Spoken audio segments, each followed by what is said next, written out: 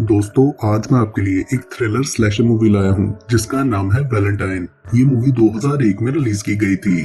Film के start में हमें 1988 का टाइम दिखाया गया है, जहाँ पर सैन फ्रांसिस्को के एक स्कूल में वैलेंटाइंस डे की डांस पार्टी चल रही थी। वहाँ पर एक स्टूडेंट जेरेमी मेल्टन को कोई भी पसंद नहीं करता था, क्योंकि वो थोड़ा ओल्ड फैशन और ऑड सा था। पार्टी में जेरेमी स्कूल की 4 फेमस लड़कियों से डांस के लिए पूछता है। शैली, लिली और पेज उसे बहुत ही बुरे तरीके से और रूडली रिजेक्ट कर देती हैं, लेकिन केट ये कहकर आराम और पोलाइटली मना करती है कि मे बी लेटर। उसके बाद जेरेमी एक और मोटी सी रिच गर्ल डोरथी से भी पूछता है, जो कि उन चारों की दोस्त थी। डोरथी उसकी ऑफर एक्सेप्ट कर लेती है, क्योंकि उससे भी मोटी होने की वजह से कोई लिफ्ट नहीं करवा रहा था। वो दोनों चुपके से बेंच के नीचे मेकआउट कर रहे होते हैं, तो स्कूल का बुली लड़का जो और उसके फ्रेंड्स उन्हें देख लेते हैं और मजाक उड़ाने लगते हैं, जिस पर डोरथी जेरेमी को इल्जाम देते हुए कह देती है कि ये मुझे हैरेस कर रहा था। ये सुनकर जो और उसके फ्रेंड्स जेरेमी को टॉर्चर करते हुए बुरी तरह मारने लगते हैं और उसके नाक से खून आने लगता है। उसके बाद हमें 13 साल बाद 2001 का टाइम दिखाया गया है, जहां हम लॉस एंजलिस में शैली को देखते हैं, जो कि एक मेडिकल स्टूडेंट थी। वो रात को एग्जाम के लिए स्टडी करने मॉर्ग जाती है और एक लाश को एग्जामिन करने लगती है, तो अचानक उसे कोई आवाज आती है। चेक करने के लिए वो लॉकर रूम में जाती है। वहाँ उसे जेसन मिलता है, जिसे वो डेट कर रही थी। फिर वो अपने लॉकर में एक वियर्ड सा वैलेंटाइंस कार्ड देखकर वापस चली जाती है। उसे फील होता है कि लाश की जगह कोई और है, जिससे वो बहुत ज्यादा डर जाती है। अचानक एक क्यूपिड मास्क और लॉन्ग कोट वाला आदमी उस पर अटैक करता है, मगर शैली बचकर वहां से भागकर कोल्ड रूम में छुप जाती है। किलर वहां जाकर उसे ढूंढने लगता है और एक एक बॉडी में खंजर खोपता है और फिर उसे ढूंढकर उसका गला काट देता है। तभी किलर के नाक से खून निकलने लगता है। अगले सीन में पेज केट से कहती है कि तुम अपने ड्रंक बॉयफ्रेंड एडम को छोड़ दो और किसी और के साथ हुकअप करो, लेकिन बहुत सारे लड़कों से मिलने के बाद भी उसे कोई सही नहीं लगता। तभी डोरथी उन्हें शैली की डेथ का बताती है। अगले दिन फ्यूनरल में एडम केट से मिलता है और उसके जाने के बाद डिटेक्टिव वॉग उन चारों से इन्वेस्टिगेट करता है। वो बताती हैं कि काफी टाइम से वो शैली से नहीं मिली थी। डिटेक्टिव को जेसन पर शक था और वो उन्हें अपना कार्ड देकर चला जाता है। उसके बाद डोरथी को भी घर पर एक वियर्ड सा वैलेंटाइन कार्ड मिलता है, जिस पर जेएम लिखा हुआ था। तभी उसका बॉयफ्रेंड कैम्बल उसके घर पर रहने आता है, क्योंकि कैम्बल को रेंट की वजह से अपना अपार्टमेंट छोड़ना पड़ा था।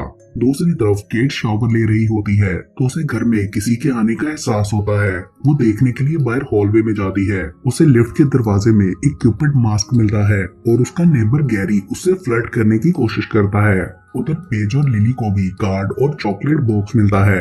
जब वो चॉकलेट खाती है तो उसमें मैगट्स होते हैं। पेज और लिली सोचने लगती हैं कि ये किसकी हरकत होगी, तो उन्हें फील होता है कि शायद जेरेमी मेल्टन ने ऐसा किया हो, क्योंकि उस कार्ड पर भी जेएम लिखा था। वो लोग बोलती हैं कि हमने उस दिन जेरेमी के साथ बहुत बुरा किया था। उसके बाद वो सब फ्रेंड्स लिली के बॉयफ्रेंड मैक्स की आर्ट एग्जीबिशन में जाती हैं। वहाँ केट पेज को बताती है कि रात को मेरे अपार्टमेंट में कोई था, लेकिन वो उसे सीरियसली नहीं लेती। लिली उन दोनों को मैक्स से मिलवाती है। वहाँ पर डोरथी भी कैम्बल के साथ आई हुई थी। थोड़ी देर बाद लिली बाकी सबसे अलग होकर मेज में फंस जाती है।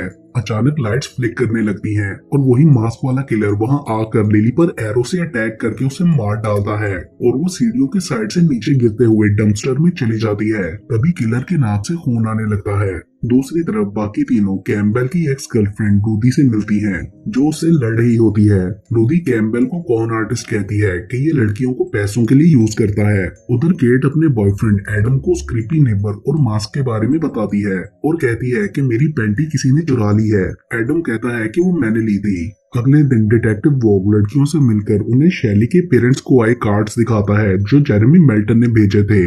वो लोग बताती हैं कि हमें भी थ्रेटनिंग कार्ड्स मिलते हैं, जिस पर जेएम लिखा होता है। लिली उनके साथ नहीं होती, जिस पर उन्हें लगता है कि वो किसी काम से आउट ऑफ टाउन गई है। डोरथी कहती है कि ये सब जेरेमी ही कर रहा है, उसी ने शैली को मारा है, क्योंकि हैरेसमेंट के केस में हमने उसे मारा था और स्कूल से निकलवा कर रिफॉर्म स्कूल भेज दिया था।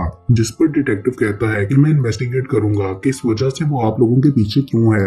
उसके जाने के बाद डॉरथी पेज और केट के सामने एडमिट करती है कि उसने जेरेमी पर इल्जाम लगाया था और कहती है कि मेरी झूठ बोलने की वजह से उसकी पूरी लाइफ खराब हो गई, इसलिए वो अब हम सबको मार रहा है और अगली बारी मेरी होगी। मगर पेज को लगता था कि जेरेमी ऐसा नहीं कर सकता क्योंकि उसमें इतने गट्स ही नहीं थे कि वो ऐसा रिवेंज प्लान करे। अगले सीन में केट जेरेमी के बारे में सोच रही होती है, तभी एडम उसके पास आता है। फिर वो दोनों डिनर के लिए बाहर जाते हैं और केट उसे जेरेमी के बारे में बताती है। अगले दिन वो लोग डिटेक्टिव से मिलती हैं। वो बताता है कि तुम सबने जेरेमी को इतना टॉर्चर किया था कि वो मेंटल हॉस्पिटल पहुंच गया और अब उसका कुछ पता नहीं कि वो कहाँ है। कुछ अर्सा पहले आग लगने से उसके पेरेंट्स की डेथ हो गई थी। डिटेक्टिव को लगता था कि जेरेमी प्लास्टिक सर्जरी करवाकर किसी और शक्ल में वापस आ गया है और उन फ्रेंड्स के क्लोज सर्कल में से ही कोई है।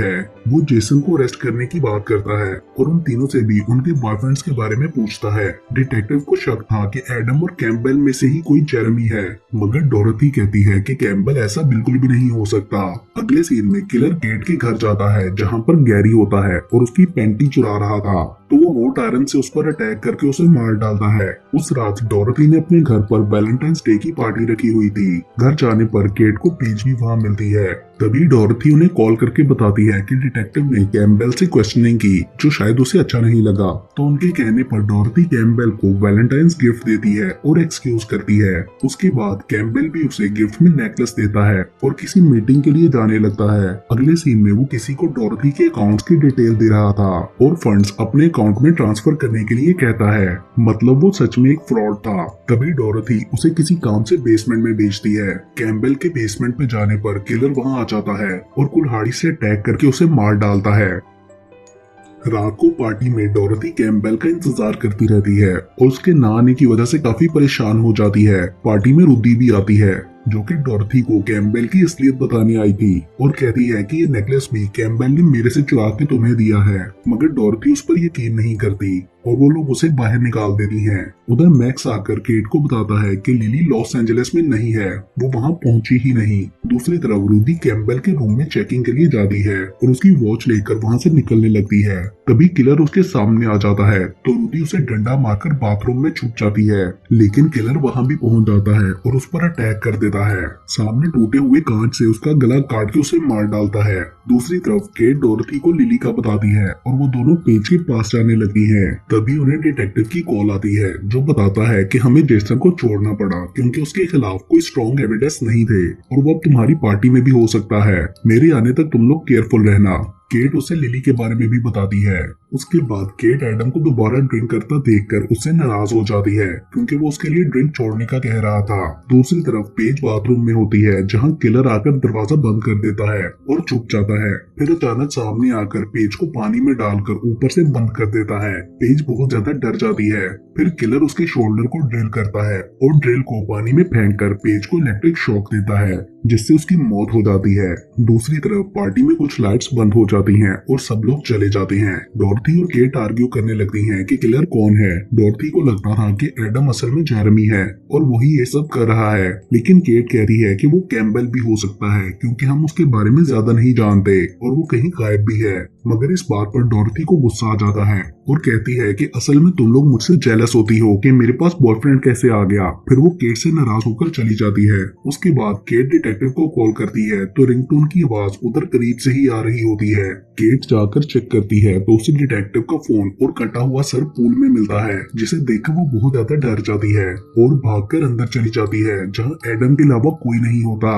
केट उसे डोरथी का पूछती है मगर वो उसे अपने साथ डांस करने के लिए कहता है। केट डर जाती है। उसे लगता है कि एडम ही जेरेमी है और वो उसके पेट में टांग मारकर ऊपर डोरथी की तरफ भागती है, मगर डोरथी के रूम में सब कुछ बिखरा होता है और एडम उसके पीछे वहां आ जाता है। केट फिर से भागकर एक बाथरूम में जाती है तो उसे पेज की डेड बॉडी नजर आती है। बाहर दोबारा एडम आ जाता है और आई लव यू कहता है, मगर केट उसके सर पर बोतल मारकर भाग जाती है। उसे स्टडी रूम में से गन मिलती है और वो गन लेकर ऊपर जाती है।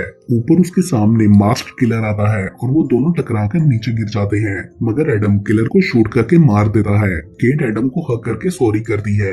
एडम किलर का मास्क उतारता है तो वो डोरथी होती है। उसके बाद एडम पुलिस को कॉल करता है। केट कहती है कि मुझे समझ नहीं आया कि डोरथी ने ये सब क्यों किया, जिस पर एडम बोलता है कि कभी कभी चाइल्डहुड ट्रॉमा पूरी जिंदगी के एंगर में बदल जाता है। केट एडम से सॉरी करते हुए आई लव यू कहती है और वो उसे माफ कर देता है। उसके बाद केट एडम को हक करती है तो उसके नाक से खून निकलकर केट के गाल पर गिरता है, जिससे हमें पता चलता है कि एडम ही असल में जेरेमी था और उसने डोरथी से बदला लेने के लिए सब मर्डर्स का इल्जाम उस पर लगा दिया। और इसके साथ ही ये मूवी यहीं पर खत्म हो जाती है।